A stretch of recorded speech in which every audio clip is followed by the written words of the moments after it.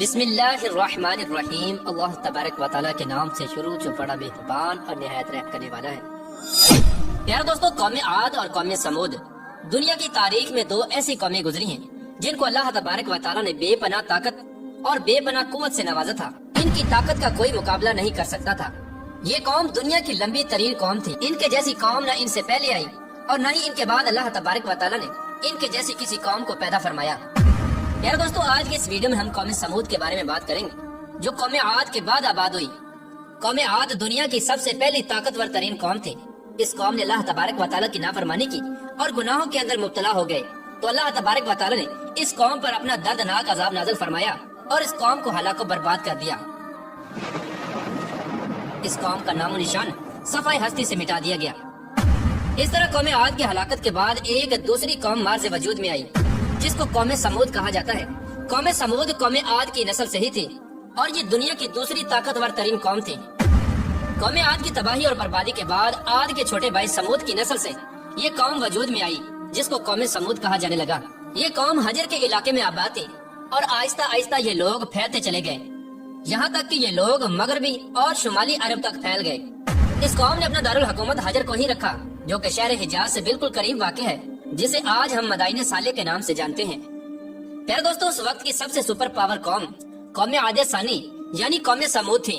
اللہ تبارک و تعالیٰ کا ان پر یہ خاص کرم تھا کہ یہ قوم انتہائی طاقتور تھی اور اللہ تبارک و تعالیٰ نے ان کو بے شمار نعمتوں سے بھی نوازا تھا۔ پیارے دوستو، تاریخ کی کتابوں میں اس قوم کا قد 40 ہاتھ بتایا گیا ہے اور ان کی اوسط عمر 900 سے 1000 سال تھی۔ اللہ تبارک و تعالیٰ نے ان کے جیسی قوم دوبارہ پیدا ہی نہیں کی۔ یہ ایسی قوم تھی جن کو کوئی بیماری نہ لگتی تھی اور نہ ہی ان کے لوگ بوڑھے ہوتے اور نہ ہی ان کے ہاتھ پاؤں کمزور ہوتے۔ یہ لوگ ہمیشہ جوان اور تندرست رہتے۔ یہ لوگ اتنے طاقتور تھے کہ ان کی نظر تک بھی کمزور نہ ہوتی تھی۔ میرے دوستو، قوم سمود کی ایک نمایاں خوبی یہ بھی تھی کہ اگر قوم سمود کا کوئی مرد اپنی عورت کے ساتھ ایک مرتبہ ہم بستری کر لیتا تو وہ عورت ایک ہی بار میں حاملہ ہو جاتی۔ یہی وہ خوبی تھی جس کی وجہ سے یہ قوم عاد کی تباہی کے بعد قوم سمود کے نام سے ابھری اور جلد ہی دنیا کے اندر اپنا اثر و رسوخ پیدا کر لیا۔ ایسی شاندار قوم جس قوم کو اللہ تبارک و تعالیٰ نے بے پناہ طاقت اور بے شمار نعمتوں سے نوازا تھا، لیکن اس کے باوجود بھی اس قوم نے کون سا ایسا گناہ کیا جس کی وجہ سے اللہ تبارک و تعالیٰ نے اس قوم پر اپنا دردناک عذاب نازل فرمایا اور اس قوم کو صفحہ ہستی سے مٹا دیا اور اس قوم کو رہتی دنیا کے لیے عبرت کا نشان بنا دیا۔ پیارے دوستو، اس قوم کے گھروں کو آج بھی اللہ تبارک و تعالیٰ نے نشان عبرت کے طور پر باقی رکھا ہے۔ یہ قوم بڑے بڑے پہاڑوں میں رہنے کی شوقین تھی۔ یہ لوگ بڑے بڑے پہاڑوں کو تراش کر اس کے اندر اپنے خوبصورت محلات بنایا کرتے تھے اور اسی کے اندر زندگی بسر کیا کرتے تھے۔ اللہ تبارک و تعالیٰ نے قوم سمود کو بہت کچھ عطا فرمایا تھا۔ سرسبز باغات، میٹھے پانی کی نہریں اور پتھریلی زمین پر ہر قسم کے پھل۔ اس قوم کے عالی شان محلات اتنے خوبصورت تھے کہ صرف دور دراز سے لوگ ان کے عالی شان محلات کو دیکھنے کے لیے آیا کرتے تھے۔ میرے دوستو، قوم سمود اپنے عالی شان محلات اور سرسبز و شاداب باغات اور خوبصورت مرغزاروں اور نعمتوں کی فراوانی کی وجہ سے یہ قوم غرور اور تکبر میں آ گئی اور سرکشی کے نشے میں دھت ہو کر اللہ تبارک و تعالیٰ کی نافرمانیاں کرنے لگے اور اللہ تبارک و تعالیٰ کی وحدانیت کو چھوڑ کر اپنے ہاتھوں سے تراشے ہوئے بتوں کی پوجا کرنے لگے۔ اور یہ بات بھی بلا بیٹھے کہ کچھ عرصہ پہلے اللہ تبارک و تعالیٰ نے انہی کی قوم پر انہی گناہوں کی وجہ سے اپنا دردناک عذاب نازل فرمایا تھا اور اس قوم کو صفحہ ہستی سے مٹا دیا تھا۔ پیارے دوستو، اس دنیا کی طاقتور اور بدبخت قوم کی طرف اللہ تبارک و تعالیٰ نے اپنے پیارے نبی حضرت صالح علیہ السلام کو مبعوث فرمایا تھا۔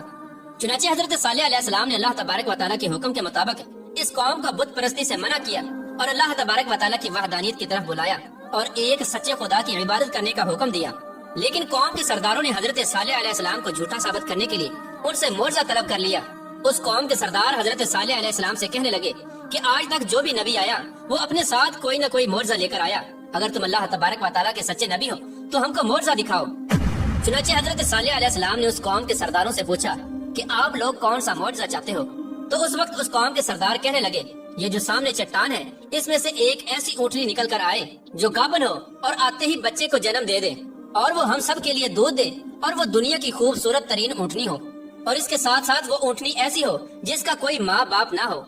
چنانچہ حضرت صالح علیہ السلام نے ان سرداروں کی یہ بات سن کر اللہ تبارک و تعالیٰ کی بارگاہ میں یہ دعا کی تو ان کے دیکھتے ہی دیکھتے سامنے پہاڑ میں سے ایک خوبصورت حاملہ اونٹنی نکل کر آئی اور آتے ہی اس اونٹنی نے ایک حسین و جمیل بچے کو جنم دیا۔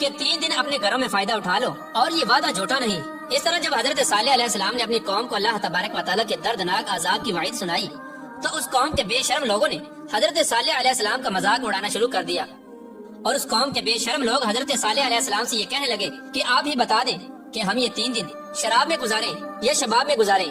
تو حضرت صالح علیہ السلام فرمانے لگے کہ پہلے دن تمہارے چہروں کا رنگ زرد ہو جائے گا، اور دوسرے دن تمہارے چہروں کا رنگ سرخ ہو جائے گا، اور تیسرے دن تمہارے چہرے سیاہ ہو جائیں گے، اور چوتھے دن اللہ تبارک و تعالیٰ کا دردناک عذاب تم پر مسلط ہو جائے گا۔